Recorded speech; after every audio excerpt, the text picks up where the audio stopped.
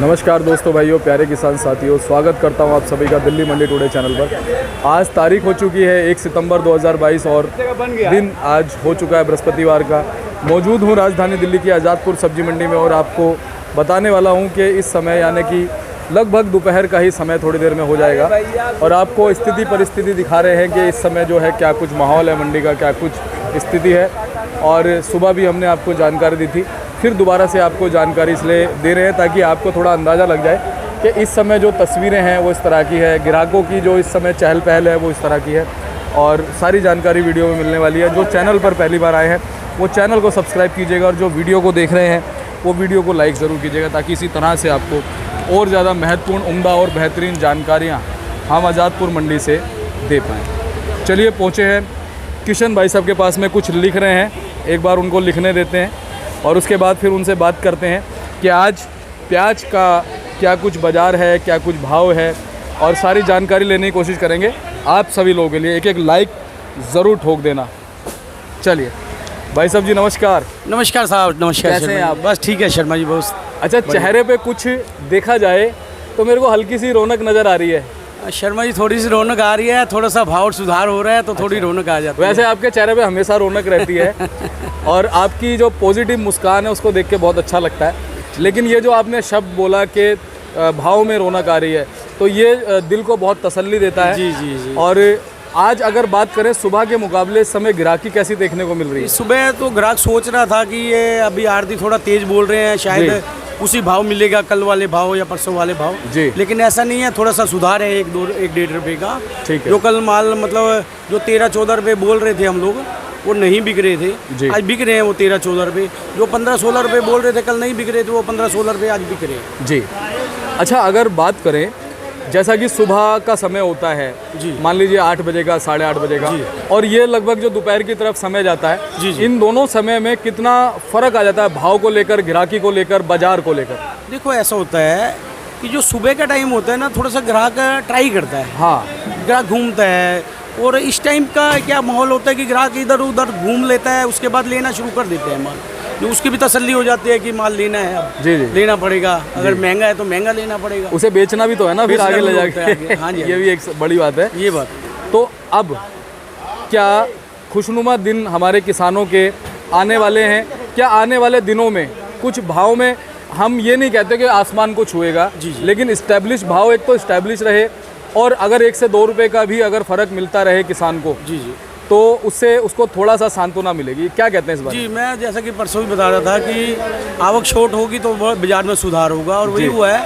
आवक थोड़ी सी शॉर्ट हुई है, कल ताजे में 30-32 गाड़ी थी, आज 40-42 गाड़ी हैं जी। तो थोड़ा सा अराइवल कम हो रही है और थोड़ा सा बाजार में सुधार हो रहा है। और उसके साथ साथ जो पाकिस्तान की हवा है, पाकिस्तान का जो पाकिस्तान गवर्नमेंट ने इंडिया गवर्नमेंट से डिमांड किया है प्याज का जी।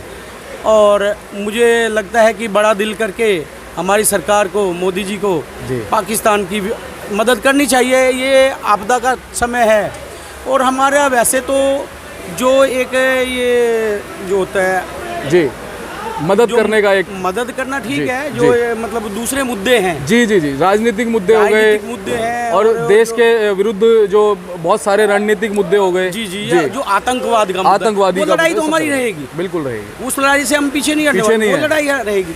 लेकिन ये आपदा का समय है और उन्होंने अपना हाथ मतलब मैं एक पोस्ट देख रहा था, वो हाथ जोड़ के खड़े थे मोदी जी से, कह रहे थे कि मोदी जी हेल्प।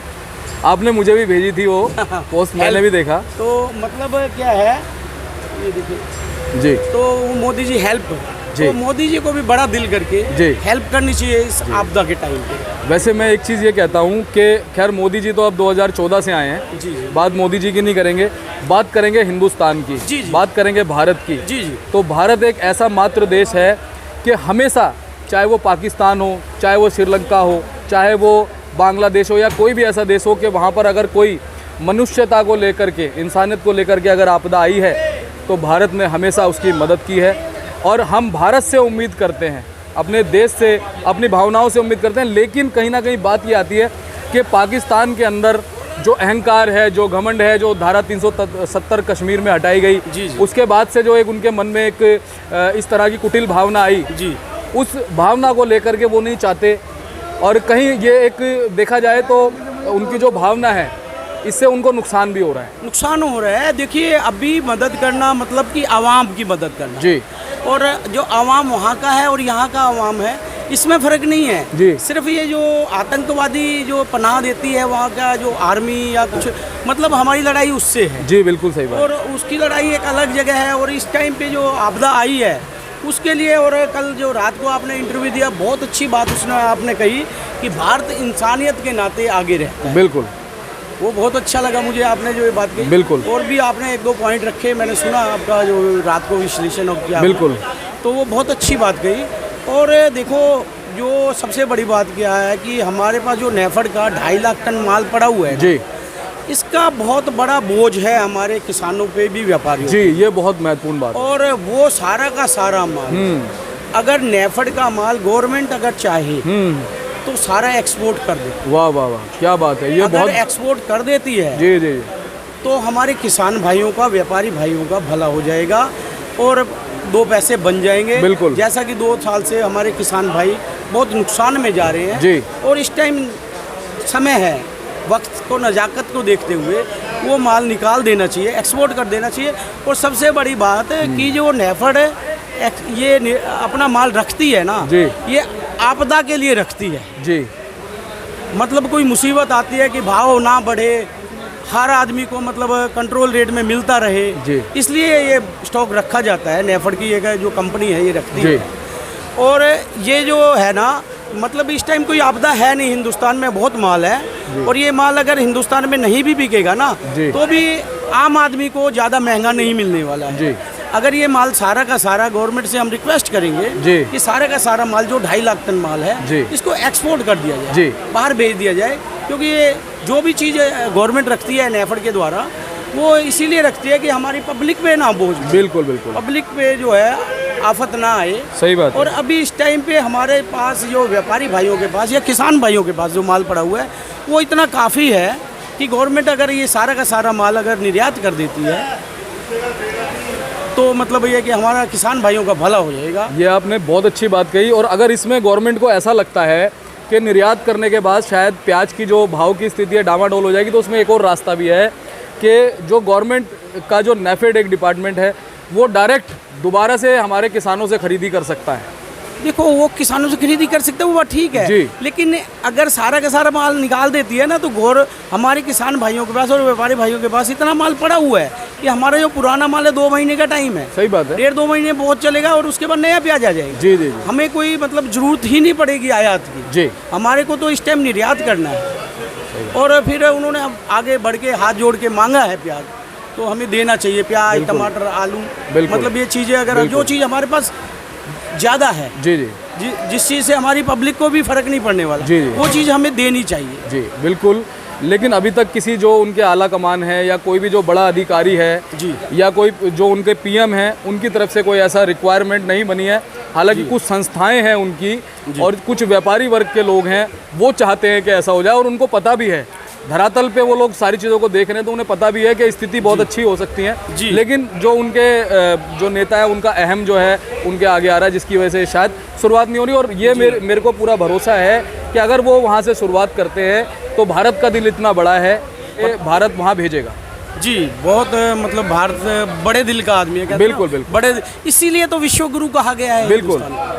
यही है एक अच्छाई है हमारे देश में। जी। हर कंट्री चाहता है कि भारत बहुत अच्छा देश है। बिल्कुल। जहाँ भी आप बाहर कहीं भी चले जाओ, चाहे अमेरिका, जर्मन, इंग्लैंड, थाईलैंड, कहीं भी चले जाएं, लेकिन भारत को हर व्यक्ति पसंद करता है। जी। अच्छा किशन भाई साहब, ये तो बात हमारे पाकिस्तान की हो गई। लाल प्याज को लेकर के क्या जानकारियाँ आपके पास आ रही है, जो साउथ की प्याज है?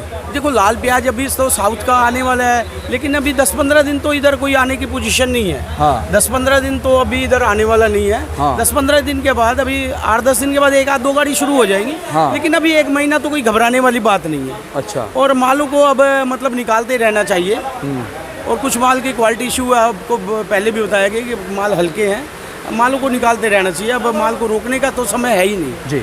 मालों को धीरे धीरे निकालो और थोड़ी सी मेरे ख्याल चमक आ जाएगी। थोड़ी सी हवा में ही तेज़ी होती है, हवा का ही मंदा होता है। थोड़ी सी तेज़ी की हवा है और इसमें मुझे लगता है 2-3-4 रुपये किलो का सुधार जी होना चाहिए। थोड़ा सा आपको कष्ट देंगे, एक बार जी, दिखा जी, देते हैं आज अपने जी। पास में जो माल अपने है। पास ये आज इंदौर का प्याज है जी। MP का, जी। ये समझो 12.5 रुपये किलो। जी कल ये 12 रुपये 11.5 रुपये बेचा था, आज 12 जी। 12.5 रुपये किलो बिक रहा है। जी और ये चोपड़ा कहते हैं, जी चोपड़ा है मतलब, कल ये 9.5 रुपये बिक रहा था, 10.5 जी। रुपये बिक रहा है जी ये पोजीशन है।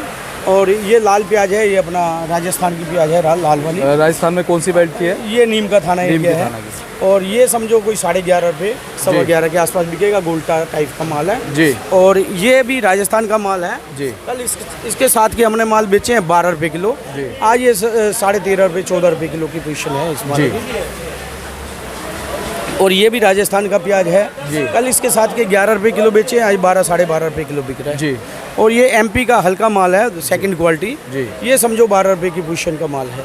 और बाकी अगर मेरे पास जैसे नासिक का माल नहीं है, अगर नासिक का माल जैसे मार्केट में जो कल समझो 13, 14, 15 रुपये किलो बिक रहा था, आज 14, 15, 16 रुपये। और बढ़िया माल 17, 18 रुपये किलो तक बिक रहा है। और ज़्यादा VIP कोई पूना ऊना की है वो 20 रुपये किलो तक भी जा रहा है। जी। और आज हमारे ये जितने भी यहाँ पर आप देख रहे हैं, ये हमारे इस धरती के भगवान हैं जो हमारे लिए अन्न उगाते हैं। 24 घंटे 7 दिन इनकी कोई छुट्टी नहीं होती। हमारे बहुत सारे अधिकारी, हमारे बहुत सारे प्राइवेट नौकरियां करने वाले लोगों को छुट्टी मिलती है, लेकिन किशन भाई साहब इनकी कोई छुट्टी नहीं होती। और उसके बावजूद जब ये अन्न उगाते हैं तो उस अन्न को पूरा देश भी खाता है। और जब पाकिस्तान जैसे देश में आपदा आ जाती है तो वो भी जो है तो भी उसको भी उम्मीदें लग जाती है। तो ये इस धरती के भगवान हैं और इनको सत सत हमारा नमन है, प्रणाम है। ये हमारे साथ मौजूद है।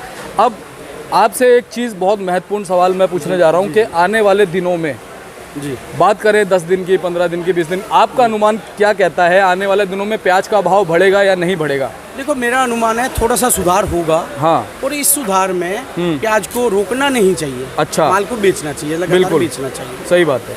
थोड़ा सा सुधार होगा जी। तो उसमें थोड़ा सा मतलब माल को बेचते जाइए। क्योंकि सुधार का नाम सुन के कहीं ना कहीं किसान अपने माल को रोक लेता है कि सुधार होने वाला है, क्यों ना मैं रोक लूं, और वहीं गलती हो जाती है। यही गलती होती है।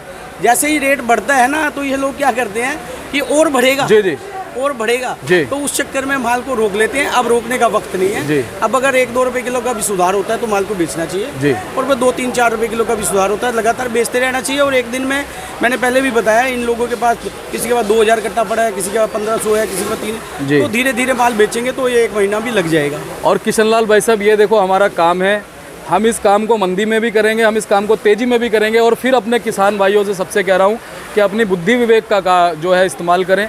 हम आपको जानकारी हमेशा मंडी से देंगे, लेकिन ये ज़रूरी नहीं है कि जो हम जानकारी दे रहे हैं आप उस जानकारी के ऊपर काम करें। हम आपको जानकारी इसलिए दे रहे हैं कि आपको अंदाज़ा लग जाए कि मंडी में जो स्थिति परिस्थिति है वो ऐसी बनी हुई। हमारा अनुमान ही होता है जी, बिल्कुल। बाकी तो तेजी मंदा तो वक्त के गर्भ में छुपा के हुआ हिसाब से छुपा होता है। कुछ नहीं पता कब क्या हो जाए, क्या आपदा आ जाए, क्या विपदा आ जाए। जी जी, उसके ऊपर सब कुछ डिपेंड होता है। अंदाजा ही लगा सकते। जी बिल्कुल। बहुत बहुत धन्यवाद, आपने भावनाओं से, सत्य से जो है हमेशा जानकारी दी है और आज भी दी है। जी, मैं तो हमेशा यही चाहता हूँ जी। कि हमारा देश का किसान खुशहाल रहे, जी हमेशा खुशहाल रहे। बिल्कुल। और अगर किसान खुशहाल है तो हमारा देश खुशहाल जी है। जी। ये एक बहुत बड़ी बात है और बार बार इस बात को इतनी बार कहेंगे, हम इतनी बार कहेंगे कि शायद बदलाव जरूर जब आएगा। जब किसान खुशहाल रहेगा हर आदमी खुशहाल रहेगा। जी बिल्कुल। और जब जब किसान बेहाल रहेगा तो हर आदमी बेहाल। सही बात है।